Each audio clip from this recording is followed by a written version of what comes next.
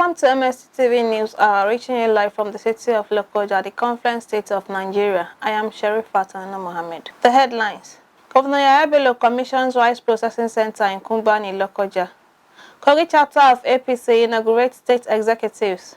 FJ bans MDAS from using YAHOO Gmail generic domains, and NAF Airstrikes eliminate bandit KINGPIN, DOGO-UMARU, 41 others who masterminded KATSINA DPO'S killing. Now the news in detail. President Muhammadu Buhari has revoked his nomination of Dr. Mojisola Yahaya from Ekiti State as Commissioner at the Independent Corrupt Practices and Other Related Offences Commission. A letter by the President dated 9th February 2022 and read on the floor by the Senate President Ahmed Lawan submitted Olubenga Adeyaju, AIG retired, as a replacement for Yahaya Kolade. Adeyanju, who is also from Ekiti State, is expected to be confirmed as Commissioner representing the Southwest Zone at the Commission. It reads in part, in accordance with the provision of Section 3(3)(a) ICPC Act, he wrote to forward for confirmation by the Senate the appointment of Olubenga Adeyaju, AIG retired, from Ekiti State as Commissioner representing Southwest, replacing the other nominee at the Independent Corrupt Practices and Other Related Offences Commission. The nominee's CV is attached. The President stated it is his hope that the Senate will consider and confirm the nominee in the usual expeditious manner. The federal government has banned the use of generic internet domains and free email services for official purposes. The Minister of Communications and Digital Economy, Professor Isa Ali Pantami, announced this while addressing journalists at the end of the weekly Federal Executive Council (FEC) meeting presiding over by Vice President Yemi Osibanjo. Pantami said the council approved the national policy on the government's second-level domain, which mandates the migration of all official communications from generic domains to the nation's second-level domain under government top-level domain. The minister explained that all government agencies must switch to an official communication medium and stop using public email systems such as Gmail, Yahoo Mail, Hotmail, and others. Reason, because it's an official communication and someone may retire or will to complete his tenure, or the tenure can be terminated and he will go with the same email, and in that email there are many official documents. Pantami urged officials to migrate to using government.ng. What is most important is NG, that is the national identity.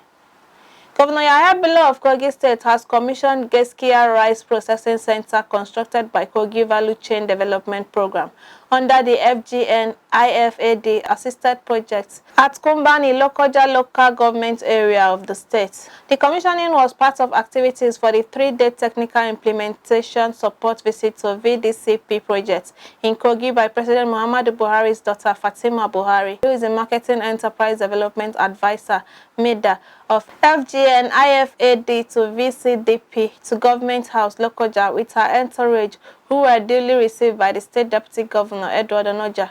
She also has earlier visited another rice processing center in ASCO camp in Ajakuta local government area of Kogi State, where she encouraged the end users to make judicious use of it. Governor Bello, through his deputy Edward Onoja, commended the federal government for partnering with the state government in empowering rural farmers and adding value to their products to increase their net revenue.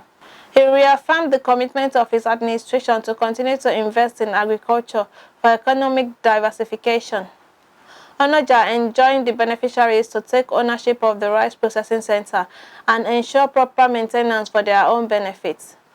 He assured that government will continue to add values to rural farmers through various projects and programs, adding that 4 different agricultural programs were going on concurrently in the state. The Marketing Enterprise Development Advisor Fatima Buhari said she was highly impressed with what the state government is doing to support the VCDP projects in the state, especially meeting with the counterpart funding.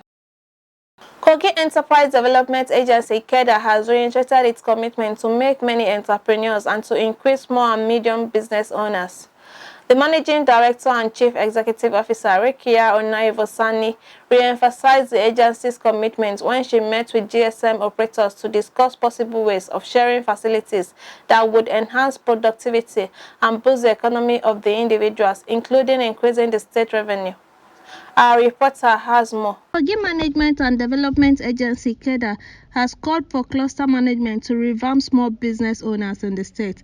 The managing director and CEO of KEDA, Rekia Onaivosani, during the meeting with the GSM operators, called for business owners in the state to have an organized and well-structured of small and medium enterprises in the state.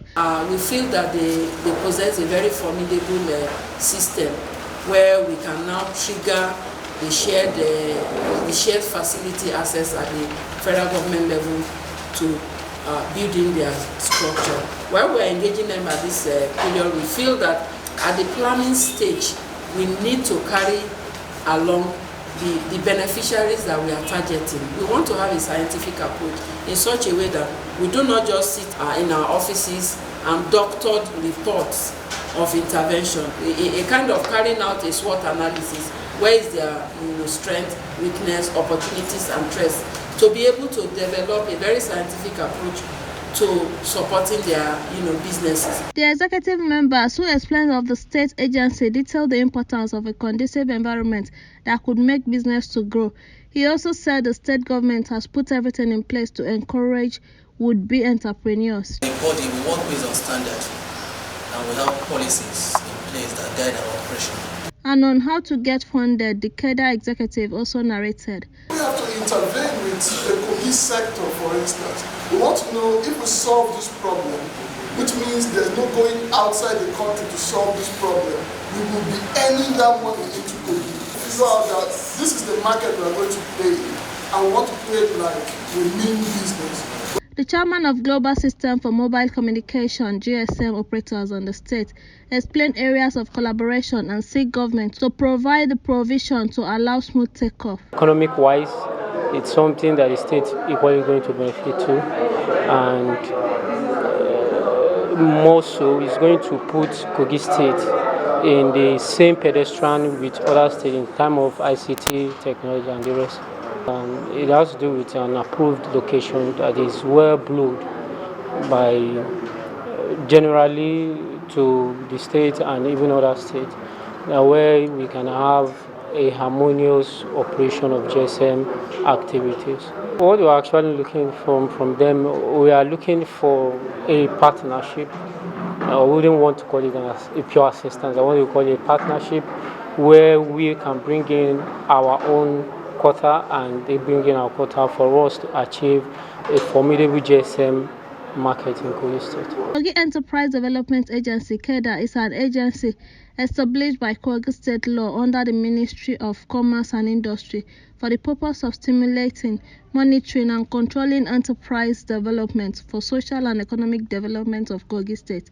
And in the last 1 year, KEDA has been able to carry out the following: consultative tour to selected rice farm holders in the state, enhancing the capabilities of SMEs, partnership with technical partners, partnership with MAMF Global for mushroom farming and woman empowerment in Kogi. Sharifat Mohammed reporting for Mlc TV. Ekiri Ade Community Development Association has condemned an assault on Professor Akinwumi, VC, Federal University, LOKOJA. The group said their attention has been drawn to a negatively written article by a faceless group and some self-seeking enemies of progress of their Kogi State and Nigeria about their son and Omo Atata award recipient, Professor Akinwumi, the current Vice-Chancellor of Federal University, LOKOJA. In a statement signed by Adekanye Adewale Victor, National Publicity Secretary, EACDA, said, although they were aware that no matter how long falsehood seems to have started the race to destroy, the truth will catch up with it in just 1 day and override every damage done. That as a community in whose presence Professor Akinwumi grew up and rose to his present status can beat their chest confidently to vouch for his character and integrity. They said Akinwumi is an easygoing man with huge social capital and respect from within and on the international scene. Professor Akinwumi had in time past been entrusted with positions of honor and integrity by different international bodies. He was even trusted enough to handle students who were involved in international exchange programs across board without any case of sexual harassment or mismanagement of funds. If he was not wanting then, he would not now start those characters he was alleged to have committed. According to the group, Professor Akinwumi has peer groups and age mates all over the land in Ekeriade and environs who can attest to his calmness, receptiveness, humility, worldwide view, and generosity. He is known as a sociable person who does not indulge himself in drinking alcoholic beverages, let alone getting drunk as being insinuated by mischief makers. He has never gotten drunk and won't start now at the age and level he is now. They said to the naysayer that Professor is happily married with kids. He lives a quiet life and he abhors violence or any such act that can be termed illegal. They use the medium to strongly warn those perpetrators to desist. They encourage those who are also eyeing the position of the VC of FUL to be patient enough for Professor Akinwumi to finish his mandatory tenure. Maybe then they could be considered. The Group Managing Director (GMD) of the Nigerian National Petroleum Corporation (NNPC), Mlc says the distribution of premium motor spirits (PMS), otherwise called petrol, will normalize in the weeks ahead. He further disclosed that before the end of the month, about 2.1 billion liters of the product will have been injected into the system. Kyari gave the assurance at a meeting with an ad hoc committee of the House of Representatives investigating the circumstances surrounding the importation of the adulterated fuel into the country. Chairman Mahmoud Gaya, while expressing dissatisfaction with the current situation, which has brought untold hardship on many citizens in some parts of the country, pointed out the need for the Petroleum Limited to urgently proffer holistic measures to address the ugly situation. It will be recalled that the unhealthy development has caused untold scarcity of the product, with Nigerians queuing and sleeping at petrol stations to purchase some for their vehicles. We go on a short break. We'll be right back. Every country has its peculiar system of government. In Nigeria, we practice democracy, and this is applicable in some countries across the globe, including the United States of America. What is democracy? It is the government of the people, by the people, and for the people. In the political arena, we are ready to x-ray how we play politics in Nigeria and other countries. The challenge of power shift syndrome, how it has impacted or affected the people. How can we make it better for all? Join Fatima Yakub on Mlc TV online every Saturday by 9 p.m. to discuss and examine all about the politics and the power that be. Mr. President, I was once there as an opposition senator.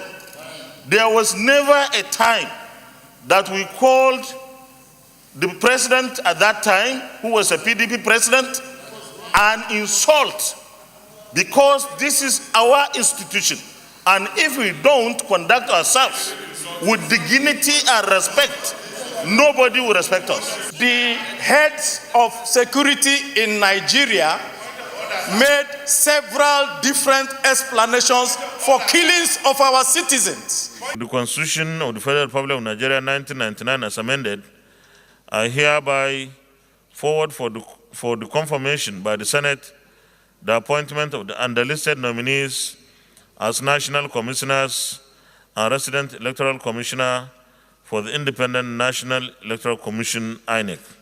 To watch us, subscribe to our YouTube channel, Mlc TV. Like our Facebook page, MLC TV, and follow us on our Instagram, MLC TV 2021. We are here to inform, educate, and to criticize constructively. Don't miss it.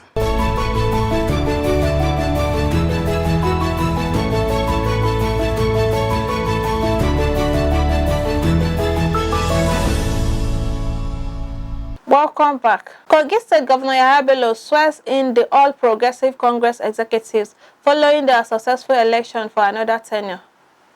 The governor, represented by the Deputy Governor Edward Onoja, at the swearing-in at the State Party Secretariat LOKOJA, charged the new executives to be law-abiding, follow due protocols to get things done, and be focused on the task ahead.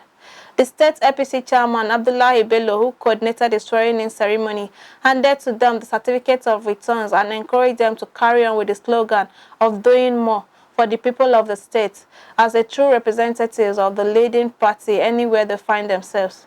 Our reporter has more. Governor YAHAYA Bello, represented by the Deputy Governor Edward Onoja, congratulated the new executive members to continue to make unity and oneness the bedrock of their deliberations. They described Kogi State as a state that is focused on unity and oneness to continue to maintain its win streaks. He called them to see the election as a call to serve more in sustaining the faith achieved by the party. Pointed out that their re-election is a justification of the confidence reposed on them. The unity personality of the year is Excellency Alhaji YAHAYA Bello. And by the grace of God, he still remains the youngest governor and the #1 youth in Nigeria as we push towards 2023. His message for us today, especially the newly sworn-in executive, is very simple. As our leader and commander, his #1 priority is to unify the entirety of Kogi State. Therefore, executive chairman of our party and the entire executives, your purpose and your role is to unite the party from the state to the local government, to the ward levels, and to the polling unit levels. Please, don't jump protocol. Whatever you want to do, relate with the top hierarchy from the state to the zonal, to the local government, and to the wards before you do anything. Our leader remains committed to supporting this party to continue to win elections for us in the future. The state APC party chairman, Abdullahi Bello, assured that the APC remains the winning party anyways, advised the executive to carry and uphold the tenets of the party. We want to appeal to our newly ESCO member to please live above board. Make sure you organize meeting at various levels and make sure you carry all the stakeholders along. We are a party that believes in togetherness. Our leader is a leader who cares for every member of the party, no matter how big or small you are. To the newly executives, they promised to deliver on their mandates to shun anything capable of causing division amongst them, but focus on the attainment of victory come 2023 general elections. We are going to put heads together so that to mobilize our people across the 21 local government so that at the end of the day we can come out with victory. And I thank Almighty Allah for today. And I thank YAHAYA Bello because he's a man of quality. We have some challenges, and by the special grace of God, God is going to see us through. We are going to hold meetings from time to time. On presidency, they promised to give their full support to the leadership of the party and the state governor, YAHAYA Bello, to win in the next political call by the party for him to contest the 2023 presidential election. He likes carrying women along. He has the love of women in his heart because he so much believes in us. Governor YAHAYA Bello is aspiring for the seat of president in the Federal Republic of Nigeria. We the women, they said no woman, no election. We the women, we are going to stand and give him the fullest support. And anywhere we have lapses in the party, by the special grace of God, we are going to rectify all the faults. APC in Kogi has been described as the most peaceful and united party ever had under the watch of Governor YAHAYA Bello. They commended the national executives and state chairman for the opportunity given to them to serve at various capacities to move the party and the state forward. The inauguration of the executive members of the APC was administered by Barrister Abbas Yunusa. Sharif Faturuno Mohammed reporting for Mlc TV. A policy expert and rights campaigner, Vivian Bello, said Nigerians need to overcome its current and future challenges to revolutionalize the education sector, to groom the graduates to be skillful and self-reliant. She said this in Abuja at the official declaration of her interest to run for the 2023 presidential election. The presidential hopeful, who did not disclose the platform she will run, explained that Nigerian women should be given the platform and the opportunity to steer the leadership of the country in different capacities. She expressed concern over the plight of women and youth, which required concerted effort by the stakeholders to address. Vivian Bello called on Nigerian politicians to always accord the needed priority to the yearnings and aspirations of the masses to help address the insecurity challenges confronting the nation. The National Grassroots Youth Coalition for Good Governance has organized a one-day roundtable and media parley to appraise the current political situation in Nigeria.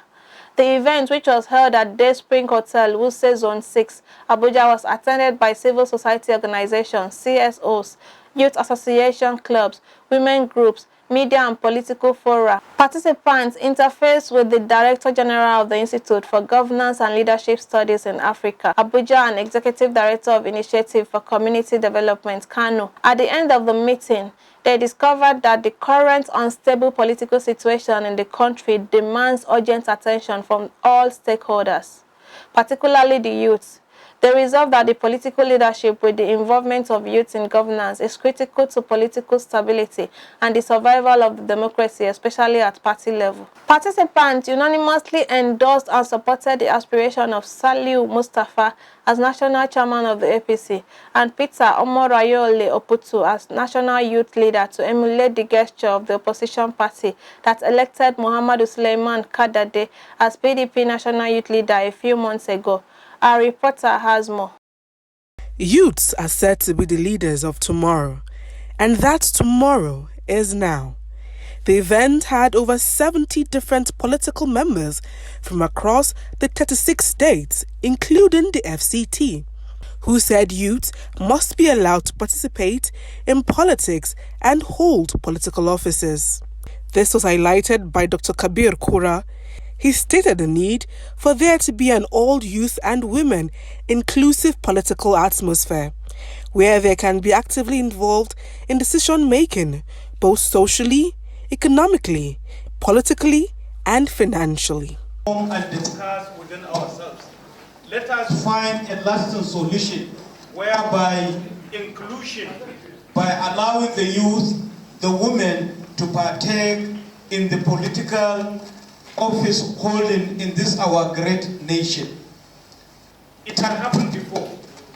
When in the early days of Nigeria as a country, whereby we have people like the Enahoros, the Abolos, the Azikwes, the Mala Aminu Kanos, coming down to Shagari era, coming down to Abiola and so many other eras, until now where we have Babu Buhari on seat. They have all participated. Earlier, those at the early ages of their lives, ministers were formed at the age of 20-something, 30-something. But now, Nigeria, maybe you have to be above 60-something years before you can be called a youth leader. Let us move Nigeria forward by allowing the youth to be part and parcel of the governance of our nation. The Director General, Institute for Governance and Leadership Studies in Africa, IGLSA, Dr. Lanre Adebayo, praised President Buhari for making sure that all government institutions have youths and women occupying sensitive positions. What have they done in terms of implementing the manifesto of the party? To what extent are they affecting positively the lives of our young ones? How much youth-centered programs are they implemented? These are the things we can make to happen if we join political parties, if we support young ones to assume leadership positions in political parties. He further gave insights into precautions and way forward for youth and women who intend to effectively take over the political space. They are organizing their conventions. Let us support the ones who are young.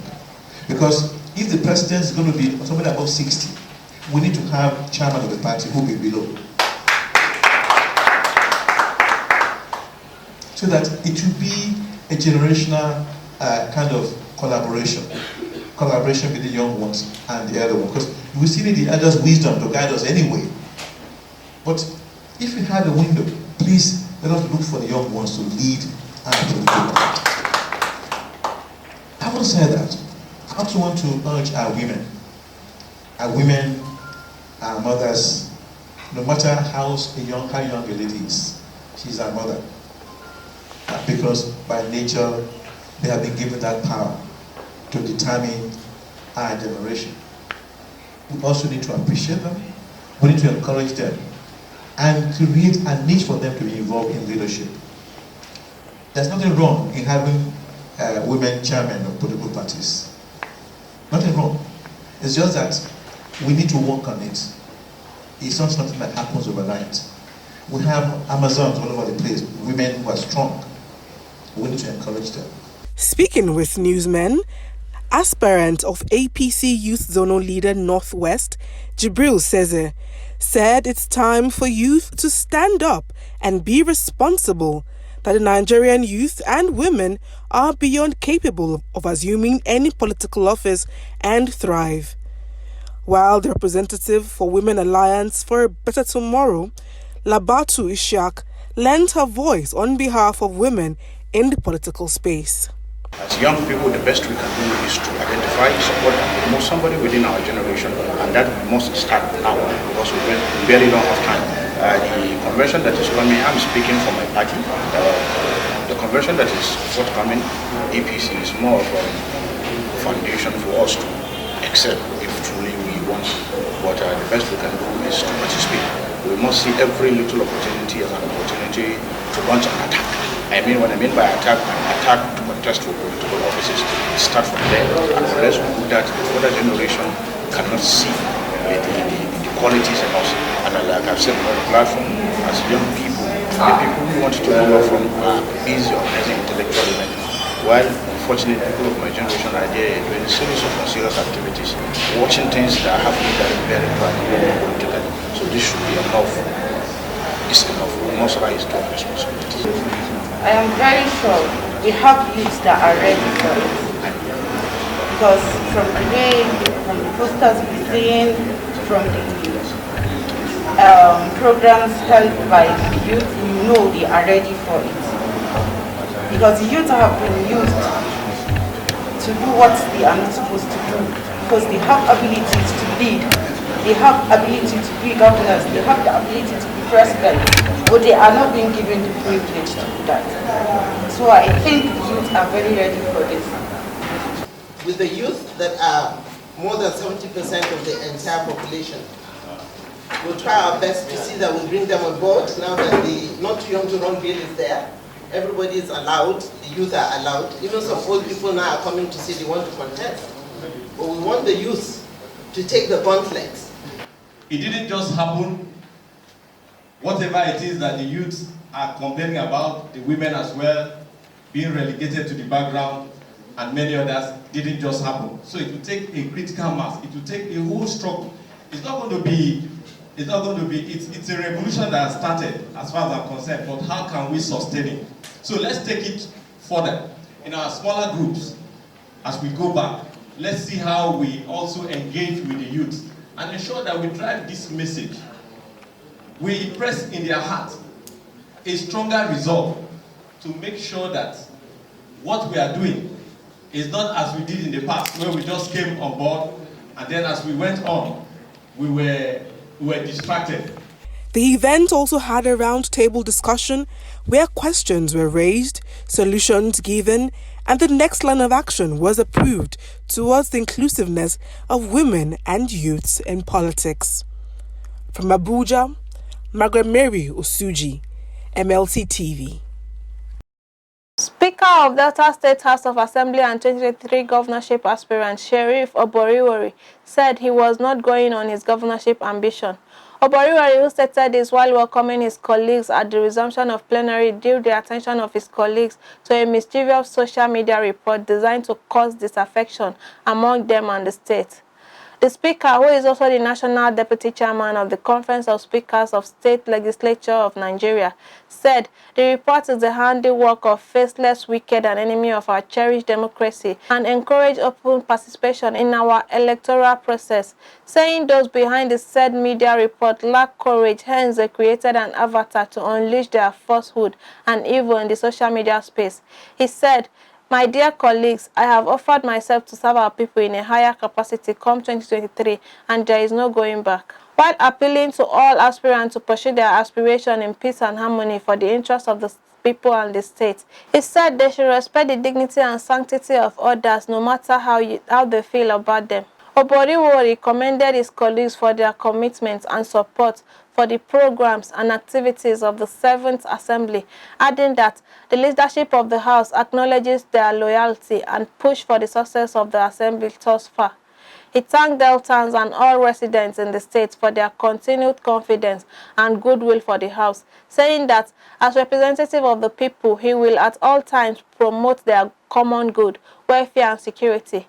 He is very much receptive of constructive criticism that would add value to his mandates. Airstrikes undertaken by a Nigerian Air Force NAF aircraft have neutralized DOGO-UMARU, a key terrorist kingpin loyal to the notorious bandit leader Bello. The bombardment also killed no fewer than 40 other bandits. It was gathered that the airstrike were authorized by the military command after Dogomaru and his cohorts were confirmed to have orchestrated a series of gruesome attacks on Magama village in Jibia local government area, KATSINA state. One of their recent attacks led to the death of Magama divisional police officer, while a soldier was wounded. Dogomaru and his foot soldiers have been known to stake their attack on surrounding village from a nearby school, Tisamben Dantambara Primary School, which has since been deserted. However, it was learned from a military covert operation that 2 aircraft were deployed to tackle the KATSINA terrorist elements.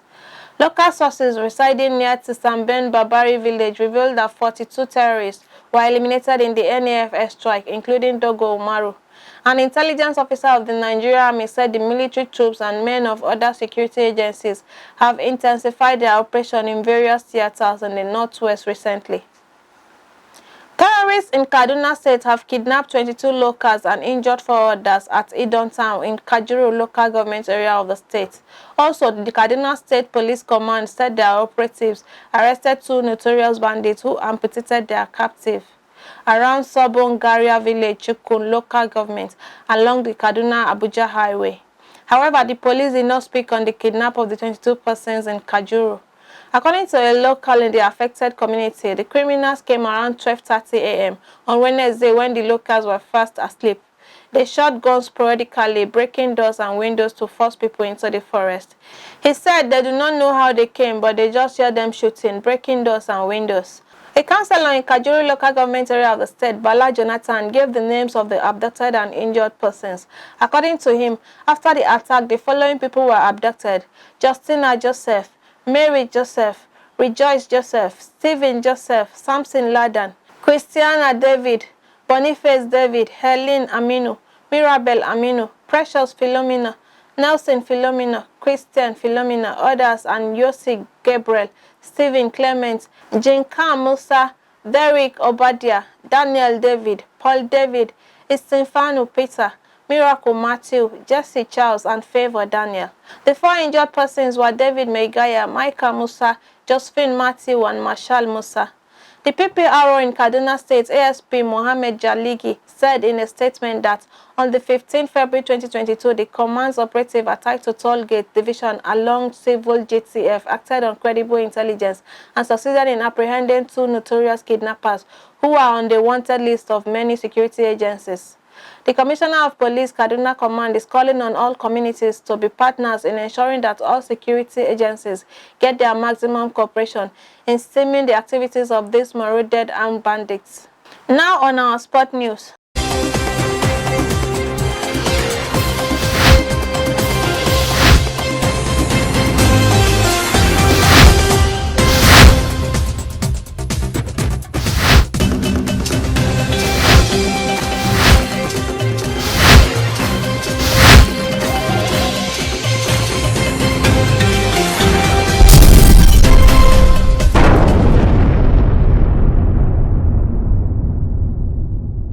Super Eagles Vice Captain William Trust Ekong has pleaded with the Nigerian Football Federation (NFF) to make the pitch of the Moshood Abiola Stadium in Abuja conducive for football when they take on the Black Stars of Ghana in a World Cup playoff reverse fixture next month. Nigeria will square up against perennial rivals Ghana in a 2-leg to decide who picks up one of the 5 tickets to represent Africa in Qatar later this year. although the team used the facility during their preparation for the AFCON. This crop of players have not played a competitive football match in the stadium, as most of their games have been at the Godswill Akpabio Stadium in Uyo, the Stephen Keshi Stadium in Asaba, Samuel Obemudia Stadium in Benin, and only recently the Teslim Balogun Stadium in Lagos. The Watford man, who will most likely lead the team out, expressed his concern in a virtual meeting. He asked for the pitch to be in pristine condition for the return leg encounter, saying the Garau pitch where they played all their AFCON games made it easy for them to play good football.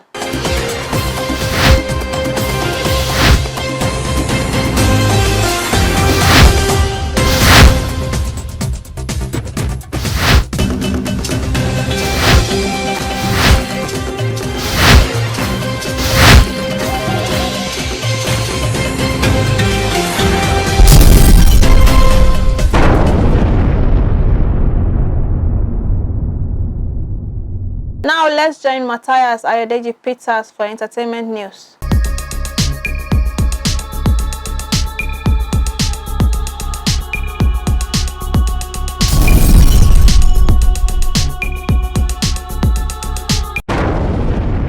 On our foreign entertainment news, Disney has appointed an executive to specifically lead the entertainment giant strategy for the metaverse. Mike White, who has been with the firm for more than 10 years, will oversee a team that includes senior leaders. In a memo to staff, which has been seen by the BBC, Chief Executive Bob Chapek said the metaverse is the next great storytelling frontier to be explored. Technology giants include Facebook owner Meta and Microsoft are pouring billions of dollars into the metaverse. In the memo, Chapek described the metaverse as a perfect place to pursue strategic pillars of storytelling excellence, innovation, and audience focus. Teams across the company are exploring the new canvas, and I have been blown away by what I have seen, he said. White will become Disney's Senior Vice President for the next generation storytelling and consumer experiences. In the newly created role, he will allocate resources, explore partnership, and encourage knowledge sharing on the metaverse, the company said. He will also lead a team with skills including technology, strategy, and storytelling. Disney said it sees the metaverse as the next evolution of its almost 100-year storytelling tradition. Today we have an opportunity to connect those universes and create an entirely new paradigm for how audiences experiences and engage with our stories, Chapek said in the memo. It also announced that its Disney Plus streaming service has added 11.8 million subscribers in the last 3 months of 2021, taking the total of almost 130 million worldwide. On entertainment news from Africa, Funke Akindele Bello and JJC Skills Omogeto the Saga has hit another major record. The film is reportedly now leading as the most watched title on Netflix Nigeria. According to Flix Patrol, the comedy sequel has stayed on the streamer's top 10 list as the longest running title for a Nollywood picture with a total of 98 days. Released in 2020, the comedy sequel starring Akindele in the dual role as twin sisters, Omogeto grossed over 500 million naira, making it the highest grossing film in Nigerian box office. Following its successful cinema run, the film debuted on Netflix in 2021, also to impressive reviews. Also starring Chioma Aputa, Nancy Isime, Eniola Badmus, Tina Umba, Bimbo Thomas, Deyemi Okonlawon, and Mercy Aigbe, amongst others. The film follows the story of twin sisters leading separate lives but are reunited by a series of dramatic events. And that is all on entertainment news today. My name is Matthias Ayodeji Peter, reporting for Mlc TV. Back to our caster for more stories.